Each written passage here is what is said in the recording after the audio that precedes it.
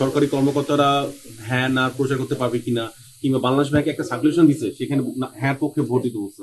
এই বিষয়ে স্যার নির্বাচন কমিশনের আমি আমি আমি যতটুকু জানি এ ব্যাপারে একটা আদালতে একটা বিষয় আছে, অথবা আদালতে যে বিষয়টা আছে সাবজুডিস ম্যাটার, আমি এ ব্যাপারে কোনো কমেন্ট করবো না।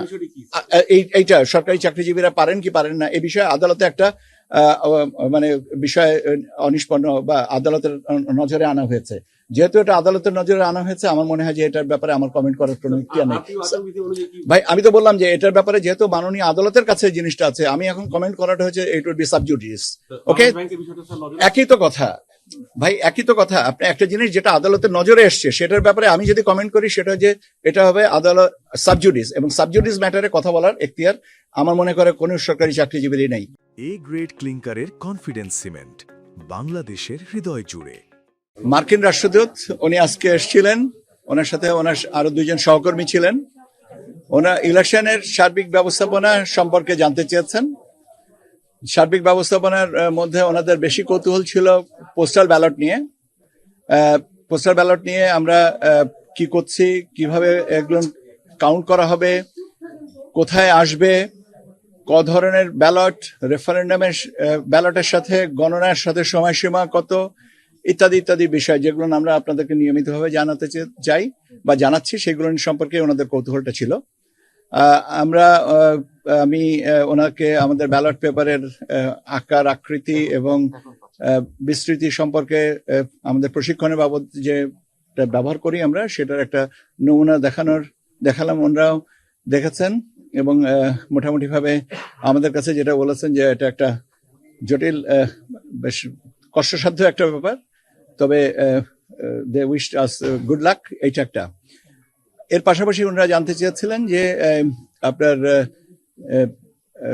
কোড অফ কন্ডাক্টের কথা, যে সমস্ত বিষয়গুলো আসছে এগুলো সম্পর্কে। তো আমরা বলেছি যে আমাদের এখানে ইলেকট্রাল এনকোয়ারি, আমাদের এখানে কমপ্লেন্ট ম্যানেজমেন্ট সেল আছে, আর আমাদের কনস্টিটিউয়েন্সি লেভেলে আপনার যে electoral enquiry committee, electoral enquiry and adjudication committee, magistrates যারা আছেন তাদের সাথে যোগাযোগ করে এই জিনিসগুলোকে সমন্বয় করা হচ্ছে। আর একটা জিনিস ওনারা জানতে চাচ্ছিলেন যে কোনো জায়গায় কোনো আইন শৃঙ্খলা বাহিনী বা কারোর কাছ থেকে কোনো ওভারডুইং, যে এর কোনো খবর আমরা পেয়েছি কিনা। আমি বললাম যে দেখেন, প্রাথমিকভাবে এই খবরগুলো আসে স্থানীয়ভাবে। আমাদের এখানে যদি আসে, এমন কোনো এরকম কথা হয় আমাদের নলেজে নাই। যদি এটা হয়ে থেকে থাকে তাহলে স্থানীয়ভাবে এটাকে নিষ্পত্তি করা হয়েছে, আর যদি স্পেসিফিক কোনো কিছু বলেন তাহলে আমরা এটার উত্তরটা দিতে পারবো। এর সাথে হচ্ছে আপনার ভোট কেন্দ্রের ব্যবস্থা, যাতায়াতের ব্যবস্থার কথা জিজ্ঞেস করলেন। ওনারা ওখান থেকে আপনার কোনো পর্যবেক্ষক দল আসবে না, তবে ইন্ডিপেন্ডেন্ট একটা দল আসবেন, যেটা মার্কিন যুক্তরাষ্ট্র থেকে এবং আপনার দূতাবাস থেকে, মার্কিন দূতাবাস থেকে ওনারা ঢাকা, সিলেট, চট্টগ্রাম এবং খুলনায় ওনাদের মতন পর্যবেক্ষণে যাবেন। But they are not the formal observers. ওনারা এমনি দেখতে যাবেন ভোটের অবস্থাটা কি, এবং আপনাদের ওনারা বলেছেন যে ওনারা এটাকে কংগ্রেস, আপনার সিনেটে ওটা রিপোর্ট করবেন। এই আর আমি বলছি তো, আরে ভাই আমার শেষ করতে দিবেন তো।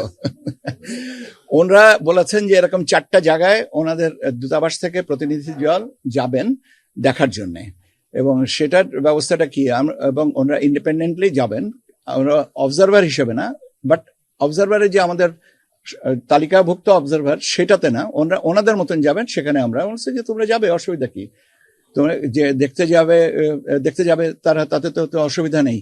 এবং যাতায়াতের ব্যবস্থাটা জানতে চাচ্ছিলেন, ভোটের দিনে যে গাড়ি যাতায়াতের সীমাবদ্ধতা থাকবে কিনা। আমরা বলেছি যে হ্যাঁ থাকবে, এটা নির্ধারণ করে দিচ্ছে স্বরাষ্ট্র মন্ত্রণালয়। কাজে স্বরাষ্ট্র মন্ত্রণালয় নির্ধারণ করে দিতে পারবে ক ঘন্টার জন্য কতক্ষণ এটা নির্ধারিত, মানে সীমিত থাকবে।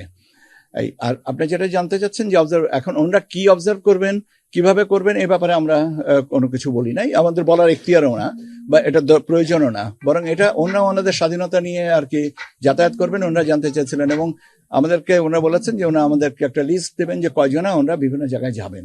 এটা তো আমরা বলেছি ঠিক আছে, আপনারা লিস্ট দেন, দেওয়ার পরে আমরা সেই সেই বিষয়টা আমরা ফেসিলিটেট করব। ওনারা মূলত যেটা জানতে চেয়েছিলেন যে আচরণবিধির বিষয়গুলো যে লঙ্ঘিত হচ্ছে আমরা কিভাবে এটাকে ম্যানেজ করতেছি বা আমাদের ম্যানেজমেন্টটা কি। যে আমরা বলেছি যেটা গতকালকেও আপনাদেরকে বলেছি যে ইলেকট্রাল এনকোয়ারি অ্যান্ড অ্যাডজুডিকেশন কমিটির রেসপেক্টিভ রিটার্নিং অফিসার এনাদের কাছে, এবং এর পাশাপাশি আমরা ওইখান থেকে আমাদের কাছে যেগুলো নলেজ আসছে আমরা যেটা, যেমন আজকে সকালে একটা কমপ্লেন এসছে একটা পার্টিকুলার জেলার সম্পর্কে, এটা আমরা রিটার্নিং অফিসারের কাছে পাঠাবো, কারণ আমাদের তো সেকেন্ডারি ইনফরমেশনের উপরে কাজ করতে হচ্ছে। আমি তো আর ওখানে ব্যক্তিগতভাবে ওখানে উপস্থিত নাই, কাজে আমাদেরকে রিটার্নিং অফিসারের কাছ থেকে তথ্য নিয়ে তারপরে যেটা প্রয়োজন সেটা করব, এবং এগুলো আমরা দ্রুততার সাথে নিষ্পত্তি করার চেষ্টা করছি। 31 তারিখে প্রোগ্রামটা ডেকেছে, আমি নিজে জানি না। আর আপনাদের এই মুহূর্তে আমাকে মার্কিন দূতাবাস রাষ্ট্রদূতের ব্যাপারে জিজ্ঞাসা করেন, ওটার ব্যাপারে যদি হয় তাহলে সিকিউরিটি নিয়ে ওনারা জানতে চেয়েছিলেন যে আমরা আমাদের ব্যবস্থাপনাটা কি। আমরা বলেছি যে আমরা প্রায় 9.5 লাখ লক্ষ আপনার সিকিউরিটি কর্মী বিভিন্ন স্তরে কাজ করবেন।